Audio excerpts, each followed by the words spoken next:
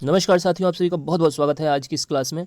आज की इस क्लास में हम लोग जो है महात्मा गांधी का जीवन परिचय पढ़ने वाले हैं। तो चलिए शुरुआत करते हैं इस क्लास की। सबसे पहले बात करते हैं महात्मा गांधी के जन्म की। तो इनका जन्म हुआ था 2 अक्टूबर 1869 को। कहाँ पर इनका जन्म हुआ था? तो इनका जन्म हुआ था पोरबंदर, गुजरात के अंदर 2 अक्टूबर 1869 को। बात की जाए इनके वास्तविक नाम की, तो इनका जो वास्तविक नाम था वो था मोहनदास करमचंद गांधी। मोहनदास करमचंद गांधी इनका वास्तविक नाम था। इनकी माता का जो नाम था वो था पुतलीबाई। इनकी माता कौन थी? तो इनकी माता थी पुतलीबाई। बात करें अगर इनके पिता की, तो इनके पिता थे करमचंद गांधी। कौन थे इनके पिता? करमचंद गांधी। इसके अलावा अगर इनकी पत्नी की बात करें, तो इनकी पत्नी का नाम था कस्तूरबा गांधी। क्या नाम था इनकी पत्नी का? कस्तूरबा गांधी। और इनका विवाह जो है कस्तूरबा गांधी के साथ 1893 ईस्वी में हुआ था। नेक्स्ट बात करते हैं जो महात्मा गांधी के पुत्र थे, तो उनकी उनकी संख्या थी 4। महात्मा गांधी के 4 पुत्र थे। इन चारों के नाम एग्जाम के लिए इंपॉर्टेंट हैं। हरीलाल, मणिलाल, रामदास और देवदास।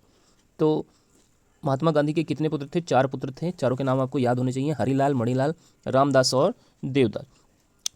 इसके अलावा गांधी जी का जो 5वां पुत्र था वो था जमनालाल बजाज। जमनालाल बजाज को गांधी जी अपना 5वां पुत्र मानते थे। हालांकि ये इनके वास्तविक पुत्र नहीं थे, बट ये इनको अपना 5वां पुत्र मानते थे, जमनालाल बजाज को, महात्मा गांधी। बात करते हैं इन्होंने बैरिस्टर की परीक्षा कब पास की थी? तो ये जो है लंदन में जाकर इन्होंने 1891 में बैरिस्टर की परीक्षा को उत्तीर्ण किया था। इसके अलावा जब ये बाहर दूसरे देश में गए थे तो वहाँ पर इनको एक विदेशी व्यापारी मिला था जो था दादा अब्दुल्ला। इसकी केस की पैरवी जो है महात्मा गांधी ने की थी। तो इसका नाम आपसे एग्जाम में पूछा जा सकता है। दादा अब्दुल्ला मुस्लिम व्यापारी थे जिसकी केस की पैरवी गांधी जी ने की थी। अब देखिए, आपको पता होना चाहिए कि गांधी जी जो है कई वर्षों तक दक्षिण अफ्रीका में रहे थे। तो वहाँ पर उन्होंने कुछ महत्वपूर्ण संगठनों की स्थापना की थी जो आपके एग्जाम के लिए मोस्ट इंपॉर्टेंट पॉइंट है। सबसे पहले बात करते हैं 1894 में। तो 1894 में गांधी जी ने नेटाल इंडियन कांग्रेस की स्थापना। तो नेटाल इंडियन कांग्रेस की स्थापना गांधी जी ने कब की थी? 1894। इसके अलावा बात की जाए 1903 की, तो 1903 में गांधी जी ने इंडियन ओपिनियन नाम का एक साप्ताहिक पत्र शुरू किया। 1903 में क्या किया? गांधी जी ने इंडियन ओपिनियन नामक एक साप्ताहिक पत्र की शुरुआत की। इसके अलावा अगर हम बात करें 1904 में, तो 1904 में गांधी जी ने फीनिक्स आश्रम की स्थापना की। कौन से आश्रम की स्थापना करी? 1904 में फीनिक्स आश्रम की। इसके अलावा अगर हम बात करें 1910 की, तो 1910 में गांधी जी ने टॉलस्टॉय फॉर्म की स्थापना की। टॉलस्टॉय फॉर्म की स्थापना गांधी जी ने कब की थी? 1910 में। और ये जो टॉलस्टॉय फार्म था, इसके शिल्पकार माना जाता है कालेन बारब को। कालेन बारब इसके शिल्पकार थे। नेक्स्ट बात करते हैं गांधी जी दक्षिण अफ्रीका से कब लौटे थे? तो गांधी जी देखिए कई वर्षों तक दक्षिण अफ्रीका में थे। उसके बाद वो 9 जनवरी 1915 को भारत लौटे थे। और 9 जनवरी का जो ये दिन है, इस दिन हम लोग मनाते हैं प्रवासी भारतीय दिवस। तो ये भी एग्जाम के लिए मोस्ट इंपॉर्टेंट। अब देखिए, गांधी जी के जीवन पर वैसे तो कई लोगों का बहुत प्रभाव पड़ा था, लेकिन जो गांधी जी अपना राजनीतिक गुरु मानते थे तो वो मानते थे गोपाल कृष्ण गोखले को। तो अगर पूछा जाए गांधी जी के राजनीतिक गुरु कौन थे, तो ये थे गोपाल कृष्ण गोखले। इसके अलावा देखिए, गांधी जी ने 1916 में क्या किया? अहमदाबाद में साबरमती आश्रम की स्थापना की। तो पूछा जा सकता है एग्जाम में कि बताइए साबरमती आश्रम की स्थापना कब हुई थी? 1916 में हुई थी। और किसने इसकी स्थापना की थी? महात्मा गांधी ने स्थापना की। इसके बाद देखिए गांधी जी को क्या हुआ, जो द्वितीय विश्व युद्ध हुआ था तो गांधी जी ने भारतीयों को सेना में भर्ती होने के लिए एक तरह से जो है प्रेरित किया था कि आप लोग जो है सेना में भर्ती होइए, जिसका क्या करा, अंग्रेजों ने काफ़ी जो है सराहना की। बाद में अंग्रेजों ने, ब्रिटिश सरकार ने गांधी जी को एक उपाधि प्रदान की थी। कौन सी उपाधि थी वो? केसरे हिंद। केसरे हिंद की उपाधि किसको मिली थी? गांधी जी को। और ये किसने दी थी? तो ये ब्रिटिश सरकार ने महात्मा गांधी को ये उपाधि दी थी। हालांकि बाद में कुछ कारणों से इन्होंने जो है ये उपाधि वापस कर दी थी, बट आपके पेपर के लिए मोस्ट इंपॉर्टेंट है। अब देखिए हम बात करते हैं गांधी जी द्वारा लिखी गई प्रमुख पत्र पत्रिकाओं की।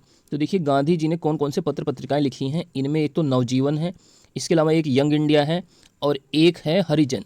ये तीनों पत्र पत्रिकाएं गांधी जी के द्वारा लिखी गई। नवजीवन किस भाषा में है? तो ये गुजराती भाषा में है।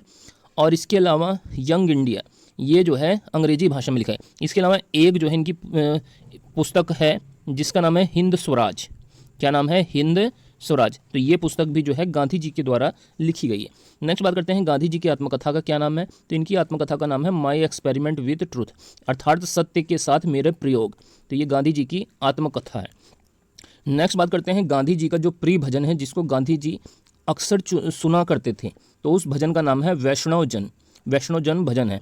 और इस भजन को लिखा था नरसिंह मेहता ने वैष्णव जन भजन को लिखा था। चलिए आगे हम लोग कुछ और पॉइंट्स देखते हैं। देखिए अब हम बात करते हैं गांधी जी द्वारा। गांधी जी ने वैसे तो हालांकि कई सत्याग्रहों में भाग लिया था, लेकिन गांधी जी के द्वारा जो भाग लिया गया था प्रथम 3 जो सत्याग्रह जिसमें गांधी जी ने पार्टिसिपेट किया था, भाग लिया था, संचालन किया था, वो कौन कौन से थे? तो सबसे पहला था चंपारण सत्याग्रह। ये कब हुआ था? तो ये 1917 में हुआ था। कहाँ पर हुआ था? ये बिहार में हुआ था। और क्यों हुआ था ये? तो इसमें 3 कठिया प्रणाली थी जो अंग्रेजों के द्वारा लागू किया गया था भारतीयों पर, जिसमें किसी के पास अगर कोई भूमि होती तो उसके 3 भाग पर उसको क्या करना होता था, जो है 3/20 भाग पर जो है नील की खेती करना आवश्यक होता था। इसी को 3 कठिया प्रणाली कहा जाता था। तो इसके विरोध में जो है गांधी जी ने चंपारण में आकर पहला सत्याग्रह यहीं पर शुरू किया था। इसके अलावा दूसरा जो इन्होंने आंदोलन या दूसरा जो है इनके द्वारा किया गया आंदोलन था वो था अहमदाबाद मील मजदूर हड़ताल। अहमदाबाद में मील मजदूर हड़ताल ये 1918 में जो है गांधी जी द्वारा किया गया था। उसमें वेतन, मजदूरों के वेतन से संबंधित ये आंदोलन था। इसके अलावा बात करते हैं हम खेड़ा सत्याग्रह की। तो खेड़ा सत्याग्रह हुआ था 1918 में। कब हुआ था खेड़ा सत्याग्रह? 1918 में।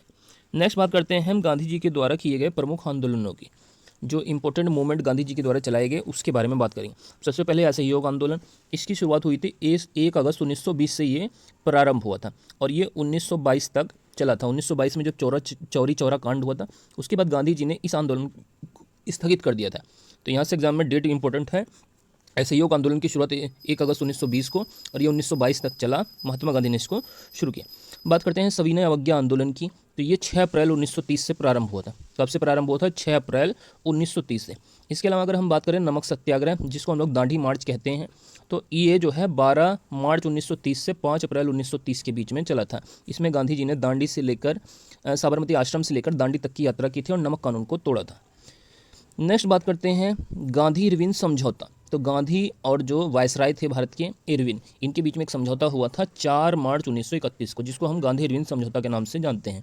तो ये 1931 में हुआ था, इसको भी आपको याद करना है। इसके अलावा बात करें हम द्वितीय गोलमेज सम्मेलन की। जो दूसरा गोलमेज सम्मेलन हुआ था, तो दूसरा गोलमेज सम्मेलन हुआ था 7 सितंबर 1931 को। वैसे तो 3 गोलमेज सम्मेलन हुए थे, लेकिन गांधी जी ने केवल दूसरे गोलमेज सम्मेलन में जो 1931 में हुआ था उसी में भाग लिया था। इसी प्रकार जो है गांधी जी ने जो है कांग्रेस का जो 1924 में बेलगांव अधिवेशन था उसमें भी भाग लिया था, जो कि कर्नाटक राज्य में हुआ था, बेलगांव नामक स्थान पर। तो कांग्रेस ने, अगर पूछा जाए गांधी जी ने कांग्रेस की कितनी बार अध्यक्षता की है, तो केवल और केवल 1 बार की है अध्यक्षता। इसके अलावा हम बात करें अगर पूना पैक्ट की, तो पूना पैक्ट हुआ था 24 सितंबर 1932 को। किस किस के बीच में हुआ था? तो ये गांधी व अंबेडकर के बीच में एक पैक्ट हुआ था, एक समझौता हुआ था, जिसको पूना पैक्ट के नाम से जाना जाता है, 24 सितंबर 1932 को। नेक्स्ट बात करते हैं भारत छोड़ो आंदोलन की। तो भारत छोड़ो आंदोलन की शुरुआत हुई थी 8 अगस्त 1942 को और ये किसने शुरू किया था? महात्मा गांधी। और इसी आंदोलन में इन्होंने करो या मरो का नारा भी दिया था, करो या मरो का नारा। इसके अलावा अगर हम बात करें गांधी जी की मृत्यु कब हुई थी, तो देखिए गांधी जी की जो मृत्यु हुई थी वो हुई थी 30 जनवरी 1948 को। और उनकी हत्या जो है किसके द्वारा की गई थी? नाथूराम गोडसे के द्वारा 30 जनवरी 1948 को उनकी हत्या कर गई। और जो ये 30 जनवरी का दिन है, इसको हम लोग जो है भारत के अंदर शहीद दिवस के रूप में मनाते हैं। किसके रूप में? शहीद दिवस के रूप में मनाते हैं। इसके अलावा देखिए अगर हम बात करें गांधी जी को, इसके अलावा भी 1-2 पॉइंट इंपॉर्टेंट है। जैसे मान लीजिए गांधी जी को अगर एग्जाम में पूछा जाए महात्मा की उपाधि किसने दी थी, तो आपको याद रखना है कि गांधी जी को महात्मा की उपाधि दी थी रविंद्रनाथ टैगोर ने। इसके अलावा अगर आपसे पूछा जाए कि गांधी जी को राष्ट्रपिता किसने कहकर संबोधित किया था, तो गांधी जी को जो राष्ट्रपिता कहा था वो कहा था सबसे पहले सुभाष चंद्र बोस ने। सुभाष चंद्र बोस ने इनको क्या कहा था? राष्ट्रपिता कहा था। इसके अलावा गांधी जी को जो है अर्धनग्न फ़कीर, क्या? अर्धनग्न फ़कीर, ये कहा था विंस्टन चर्चिल ने।